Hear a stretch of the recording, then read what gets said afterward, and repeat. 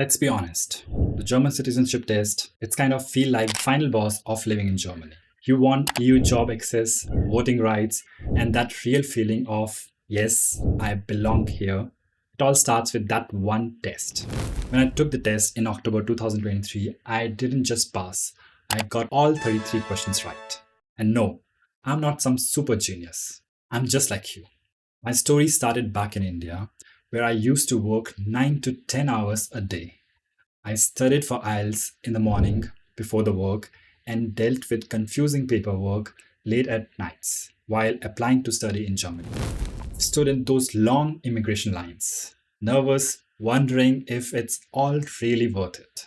And if you are in that phase right now, trust me, I get it. But fast forward to today. I work in a German company. I have got my citizenship certificate in one hand, passport in the other. What felt so far away is now just part of my life. So if you are on this path too, whether just starting out or already in the middle, let me tell you this. You can do it. 100%. In this video, I'm going to share what's actually on the test and what's not.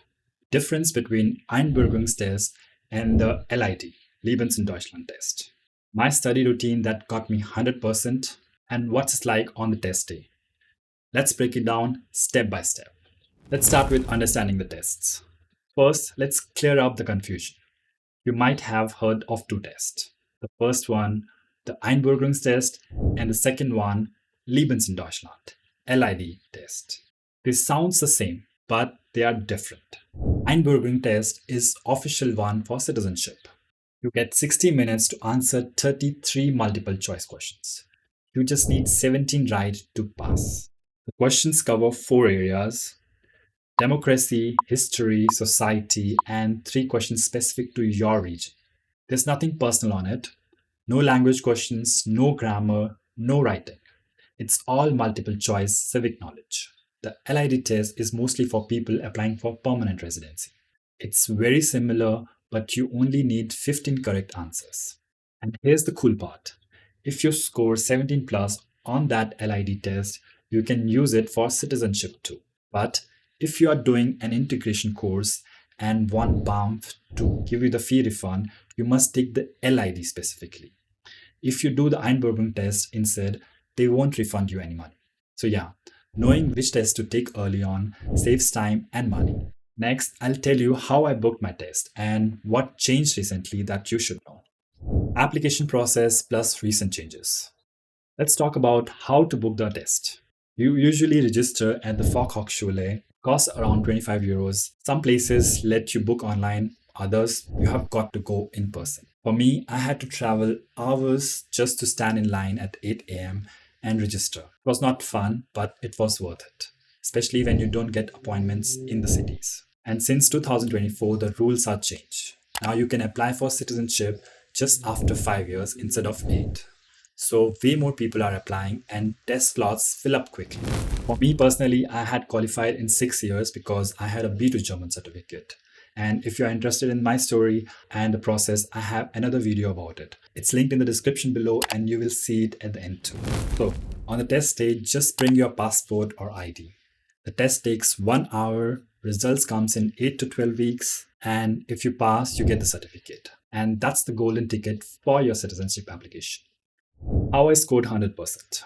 Here's how I actually studied. First, I downloaded the official BAMF question list. There are exactly 310 questions there.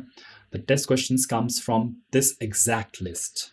I broke it down into small parts, like 10 questions in the morning, 20 after lunch, and 20 before bed, every day, because repetition is the key here. Then I used the BAMF practice website and the official application. They show the real format, so on the test day, it feels familiar.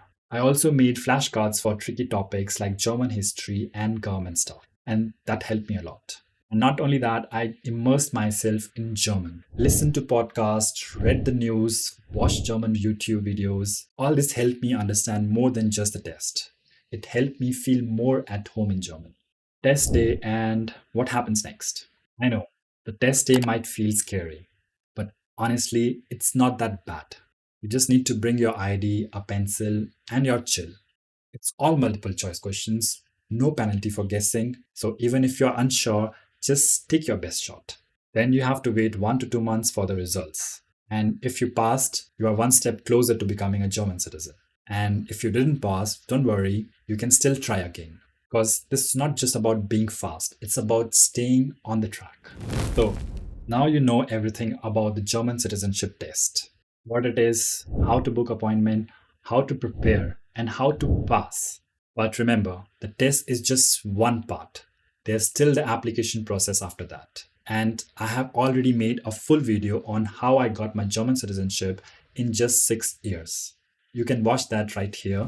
If today's video helped you, drop a like, subscribe, or comment with any questions.